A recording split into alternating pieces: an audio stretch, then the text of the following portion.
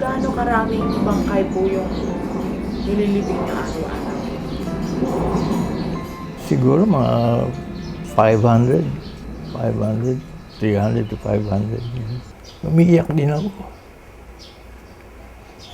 Hanggang ngayon.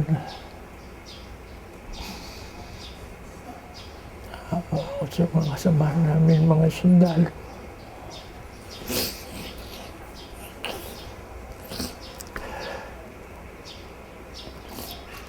Mahirap ang matalo sa gera. Ang artist na si Daniel Dizon, isa sa mga naglakas loob na naghagis ng pagkain sa dumarating na tren sa Pampanga. Ang kanyang alaala ng Death March noong 12 anyos pa lang siya, iginuhit niya para hindi mawaglit sa kanyang isipan. Ayan, wala sa history ito, pero I'm telling it to you now. Walang salawalan, dami. Alam niyo bakit? Yung pagtai nila, tuloy-tuloy, kawawa. Ang nangyari pa, pag dumapo yung pagkain na hinahagis namin sa tae, kinukuha pa rin, kinakain. Kaya, hindi maaaring hindi ka iiyak doon. Kaya I tried my best to paint them. That is my tribute.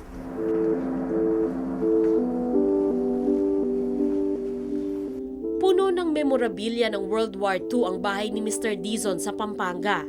Ang iba't ibang anyo ng mga sundalong Pilipino at Amerikano na iginuhit niya mula sa kanyang alaala at mga larawan ng mga Hapon na iba sa pagkakakilala ng marami sa atin. Para mapakita ko na hindi puro brutality ang gobyerno ng Hapon. Meron din silang friendship. May kalaro ako. Ayan, linalaro ako. So meron kaming good experiences with the bad, mixed with the bad. Mahigit 70,000 sila nang umalis sa Bataan. Pero tinatayang nasa 54,000 na lang ang sundalong nakarating sa Camp O'Donnell. Ang iba, nakatakas o kaya'y namatay sa daan. Dahil mahirap ang kondisyon sa concentration camp, sinasabing nasa 27,000 pa ang namatay doon dahil sa samot-saring sakit. You can't describe really how bad it was. You just can't think, you know. Sina retired Staff Sergeant Malcolm Amos at retired Brigadier General Felix Pestana, parehong nabigyan ng responsibilidad na maglibing ng mga namatay nilang kasamahan. Dahil hiwalay ang mga Amerikano sa Pilipino, hindi sila nagkakilala sa piitan. Pero habang pinakikinggan ko ang kanilang mga kwento, pakiramdam ko'y magkasama sila sa iisang bangungot. Gaano karaming bangkay po yung nililibing niyo araw-araw? Siguro mga 500, 500, 300 to 500. Umiiyak din ako. Hanggang ngayon. Ako sa mga kasamahan namin, mga sundalo.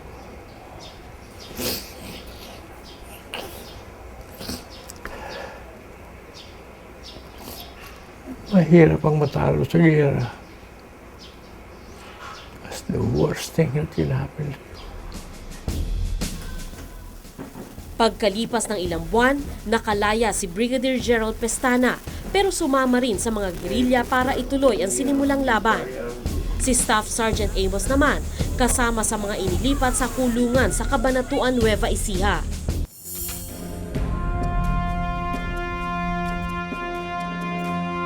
Ngayon, ang concentration camp sa Capas Tarlac, isa ng memorial para sa mga sundalong nakipaglaban sa Bataan at Corregidor.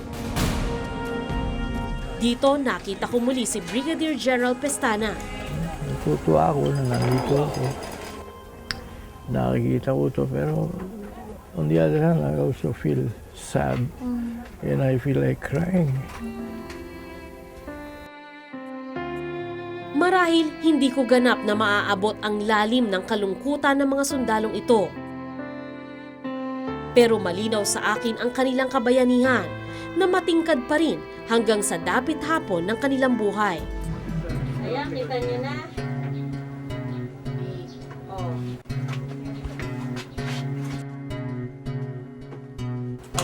May oxygen po pala kayo. Ha? Welcome to my den.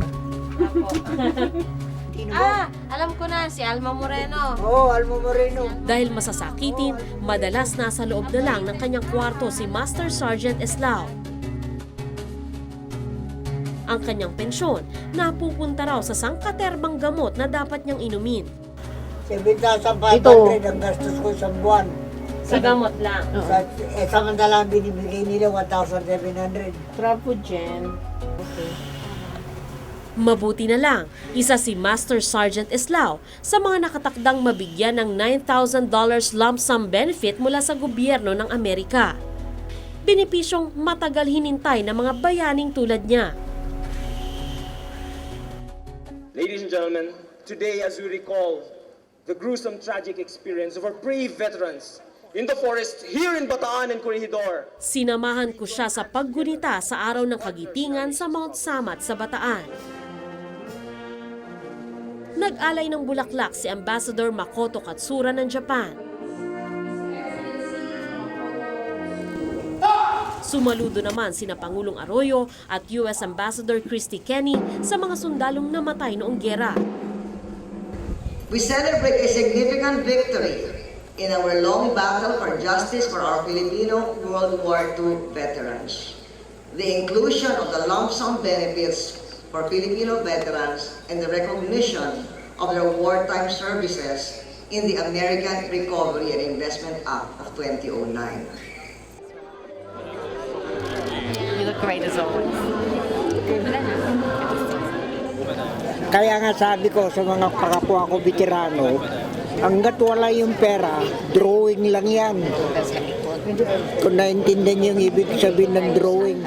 Let me first of all Maging ang Japanese ambassador, tila gusto ring makabawi sa sinapit ng mga sundalo sa kamay ng mga Hapon. and my heartfelt apologies and deep sense of remorse over the damages caused by the Japanese military in the Philippines during World War II. We ask this through Ang pinanghihinayangan ko lang, kakaunti na ang mga veteranong nakasaksi sa lahat ng ito. Marami sa mga dumalo, mga byuda at anak ng mga veteranong sumakabilang buhay na. Sa mga veteranong kano, tanging si retired Staff Sergeant Amos lang ang nakarating. Ito na ang pang-14 na taong pagdalo niya sa araw ng kagitingan. Sana makita ko pa siyang muli kasama ang iba pang veterano sa lugar na ito sa mga susunod na taon.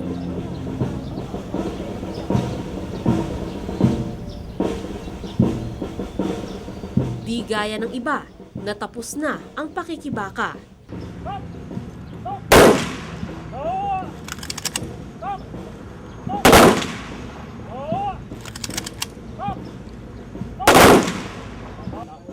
Hindi na matitikman ni retired Sergeant Wenceslao Rodriguez, veterano ng Death March, ang perang ibibigay dapat sa kanya ng gobyerno ng Amerika, kahit na isa siya sa aktibong nakipaglaban para rito. Huli na kasing dumating ang sanay benepisyong kapalit ng kanyang kabayanihan. Isa na namang tulay sa ating kasaysayan ang nawala.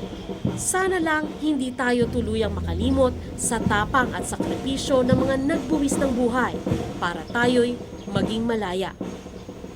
Ako po si Sandra Aguinaldo at ito ang Eyewitness.